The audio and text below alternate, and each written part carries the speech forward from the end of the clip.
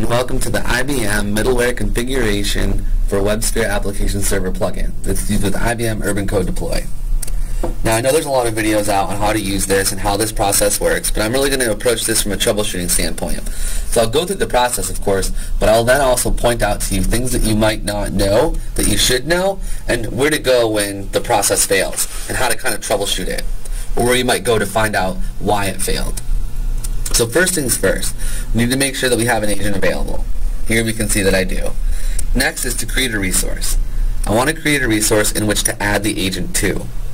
The agent is on my WebSphere 8 environment, and that's going to be what my resource is. So I'm going to call it WebSphere 8. I'll click Save. The next thing to do is, since this is a deployment manager and it's a network deployment, I'm going to go ahead and click on this, do configuration, do resource properties. I'm going to add a property called WebSphere.ProfilePath. And I'm going to put the path to my deployment manager and click Save. Then I'm going to go back to the agent. I'm going to select the agent, configuration, I'm going to agent properties, and I'm going to add the property wsadmin.path.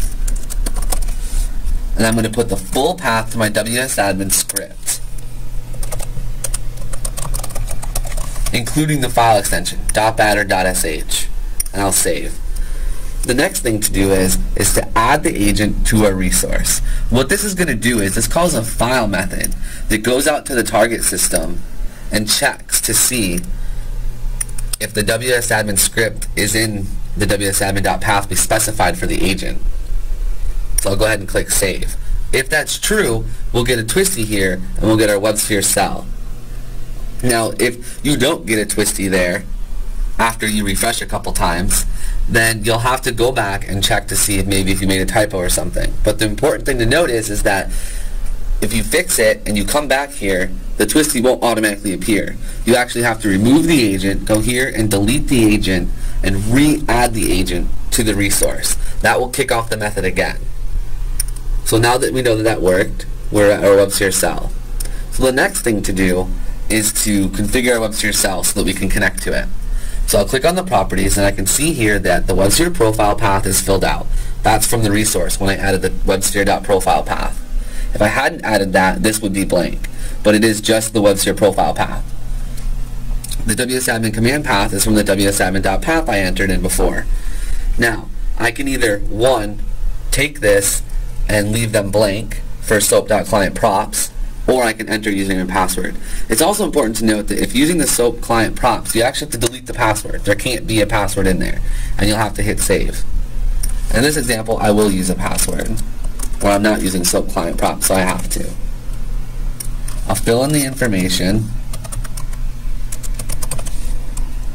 and I'll leave this cell name blank. That'll fill out on its own. Another thing to note here is that if my password was, say, that many digits, and I hit save, when I go back again, I can see that now it's only 4-digit hidden password. Well, if I change my port number and I hit save, then if I run this again, I'm going to fail with an authentication error because it didn't actually save my password, it saved the 4-digit hidden password. So I have to actually re-enter my password in anytime I make a change to any of these properties on this page. So that's something else that you might not have known.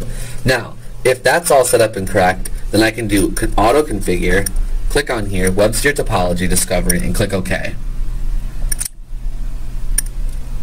And save. Now, this can take anywhere from 5 seconds to a couple minutes, depending on how large of an environment it is that you're trying to discover.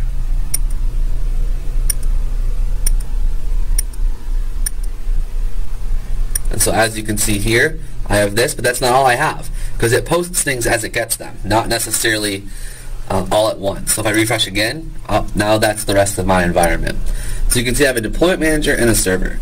Now, what happens when this twisty doesn't show up? What happens if I auto-configure and nothing happens? So there's a few places we can go to look for this. The first place to look is the deploy server logs. So if you open up your deploy server profiles here and you go into server and you look, you have server logs. Here I have an auto configure and an auto discovery log. The auto configure log for my WebSphere cell has a standard out. This standard out can be very helpful in figuring out why my auto discovery didn't work, or why perhaps it didn't discover my entire environment, or whatever the case might be. I also have an auto discovery here, which also has a standard out that can be useful in trying to figure out why something has happened, or why something's not working as expected. The next place to look would be on the actual target system itself.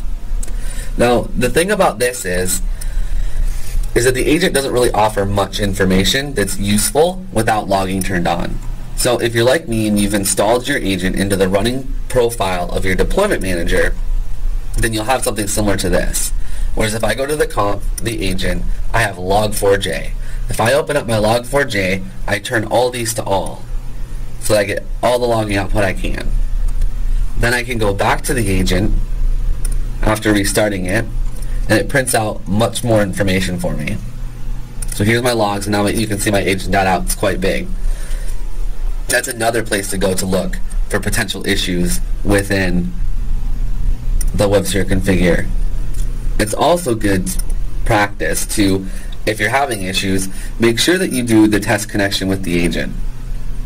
And make sure that you've got a two-way communication or dialogue, which we do, but you may not in the event that something didn't work. And so those are kind of all the places you can go to kind of troubleshoot this, and this is also how you set up and configure your WebSphere environment. My next videos will go into more detail, as well as troubleshooting issues on actually importing your environments, tokenizing values, pushing configurations, and comparing your configurations after you've made changes to your different environments. But that's it for this one, and feel free to watch all the rest.